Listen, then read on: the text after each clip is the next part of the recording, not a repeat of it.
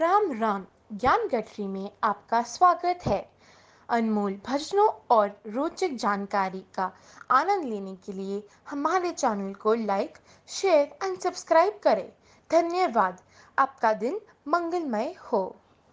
राधे राधे मित्रों, ज्ञान गठरी में आपका स्वागत है। आज इस वीडियो में मैं आपको बिहार पंचमी के बारे में बता रही हूँ। माघ की शुक्ल पंचमी को श्री कृष्ण महाराज जी निधिवन में प्रकट हुए थे।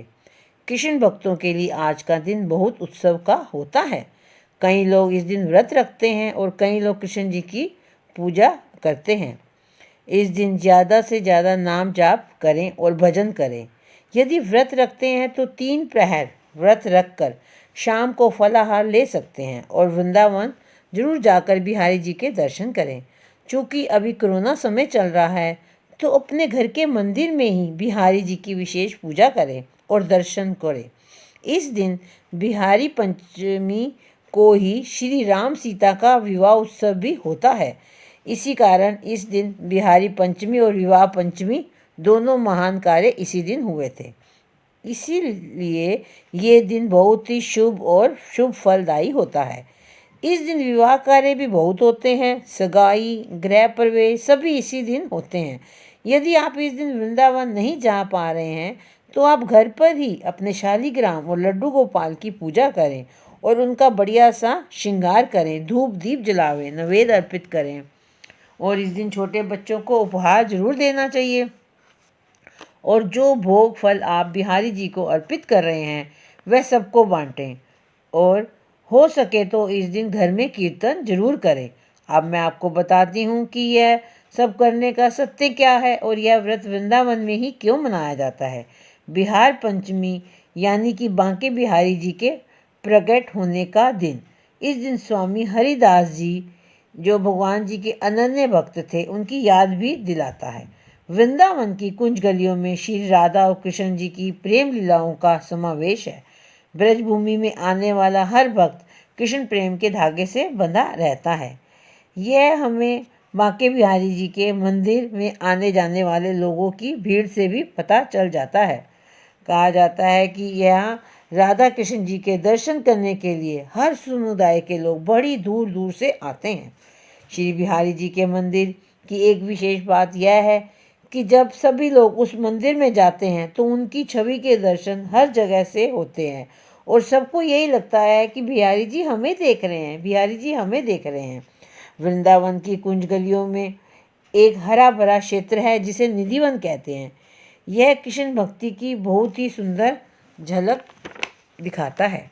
यहाँ तानसेन के संगीत सुनने के लिए स्वयं राजा अकबर वहाँ आए थे और उन्होंने कहा था, ऐसी साधना कहीं नहीं देखी। यह संगीत दिल को नहीं रूह को छूता है और अपने आप में अद्भुत चमत्कार है। हमारे संगीत सम्राट तानसेन के भी गुरु स्वामी हरिदास जी ने श्री कृष्ण जी के अनन्य भक्त थे और इन्होंने अपने संगीत को भगवान को समर्पित कर दिया था। वृंदावन में स्थित श्री कृष्ण जी की रासलीला स्थल निधिवन में वे भगवान को अपने संगीत से रिझाया करते थे और वो सिर्फ भगवान के लिए ही गाया करते थे।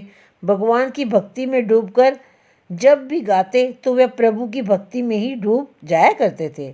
उनकी इसी भक्ति के कारण ही भगवान श्री कृष्ण हमेशा इनके सामने आ जाया करते थे और हरिदास जी भी भगवान श्री कृष्ण जी को बहुत दुलार करते थे। इनके शिष्य हमेशा कहा करते थे, गुरुजी आप हमेशा श्री कृष्ण जी के दर्शन करते हैं, कभी हमें भी सांवले सलोने के दर्शन कराएं। तब हरिदास जी कृष्ण जी की भक्ति में डूबकर भजन गाने लगे। तभी राधा कृष्ण जी की जुगल जोड़ी उनके समक्ष प्रकट हुई। अचानक हरिदास जी के स्वर में बदलाव आ गया। उन्होंने बहुत ही सुंदर पद गाया। भाई री सहज जो प्रगट भई री, भाई री सहज जो प्रगट भई जी। ये पद बहुत बड़ा है, मैं आपको शॉर्टकट में सुनाया। श्री हरिदास जी के इस पद को सुनकर श्री कृष्ण और राधा जी ने स्वयं हरिदास जी के पास रहने की इच्छा प्रकट की। तब हरिदास जी ने बड़े प्रेम और सहज भाव से कहा, प्रभु जी मैं तो संत हूँ, आपको तो लंगोट पहनाकर भी रख लूँगा, लेकिन माता के दित्य आभूषण कहाँ से लाऊंगा। भक्त की ऐसी बात सुनकर श्री कृष्ण जी मुस्कुराकर तभी वह सभी के समक्ष एक ही विग्रह में प्रकट हो गए। तभी हरिदास जी ने इस विग्रह को श्री बांके बिहारी जी का नाम दिया। यह उनकी छवि मानव निर्मित नहीं है, स्वयं भगवान जी ने प्रकट की थी, इसीलिए सभी भक्तों के लिए विशेष है। इसीलिए तो जो भी उनके दर्शन करता है वह उनकी मूर्ति में ऐसे खो जाता है कि उनका वहाँ से हटने को मन ही नहीं करता। वह बार बार इसी स्वरूप से दर्शन करना चाहता है। स्वामी श्री हरिदास जी को गोद में बैठे हुए श्री कृष्ण जी के लिए कहावत भी हमने सुनी है कि भक्त के वश में है भगवान, भक्त के वश में है भगवान। यह बिल्कुल सही है। बांके बिहारी जी की और भी बहुत सी चमत्कार हैं जिससे दिमाग से नहीं दिल से विश्वास होता है। और एक विशेष बात पहले बिहारी जी के सामने बार बार पर्दा नहीं होता था जैसे अब होता है, क्योंकि ऐसा कहते हैं कि यदि भक्त बिहारी जी की छवि को एकटक होकर देखता रहता है तो भगवान जी उनके प्रेम वश में होकर उनके साथ ही चल देते हैं। और ऐसा बहुत बार हुआ है। इसी कारण वहाँ के गोस्वामी जी ने यह बात रखी कि उनके आगे बार बार पर्दा होता रहेगा जिससे कोई भी उन्हें एकटक देख नहीं सकेगा और हमारे बिहारी जी उनके साथ नहीं जाएंगे। तभी से बांके बिहारी जी के विग्रह में राधा और कृष्ण जी समाये हुए हैं। जो भी इनके इस रूप के दर्शन करता है उनके सभी मनोकामनाएं पूर्ण होती हैं और भगवान जी उनके सभी कष्टों को भी दूर करते हैं। लोगों को आस्था इतनी अधिक है कि वे सभी उनके दर्शनों को जाना चाहते हैं।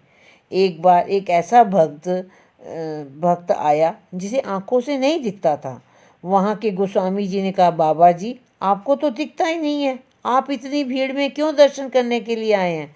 तब उस भक्त ने बहुत ही सुंदर सा जवाब दिया कि मैं बिहारी जी को नहीं देख सकता लल्ला, लेकिन वे तो मुझे देख लेंगे। अब मैं आपको और बताती हूँ कि इस उत्सव को कैसे मनाया जाता है। तो बांके बिहारी जी के मंदिर में श्री हरिदास जी भगवान जी डोले में बैठकर शोभा यात्रा भी निकाली जाती है। इस दिन मान्यता है कि डोले में विराजे होकर स्वामी जी अपने लाडले बांके बिहारी को बधाई देने स्वयं जाते हैं।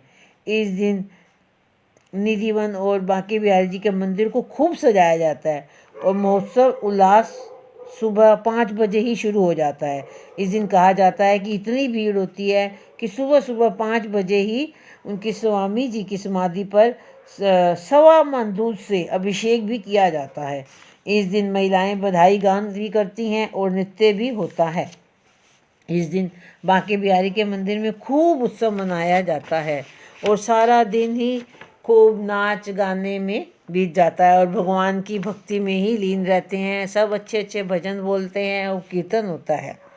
अब मैं उम्मीद करती हूँ कि इस जानकारी को सुनकर आपका मन भी बिहारी जी के दर्शन के लिए व्याकुल हो रहा होगा और यह वीडियो जो आपको अच्छी लगी हो तो आप भी आगे ही शेयर करें इसे, क्योंकि ज्ञान बांटने से ही बढ़ता है। इसलिए जिन्हें भी यह वीडियो अच्छी लगी हो, कुछ विशेष जानकारी प्राप्त हुई हो तो प्लीज़ इसे लाइक शेयर करें। धन्यवाद जी। बोलो बांके बिहारी लाल की जय।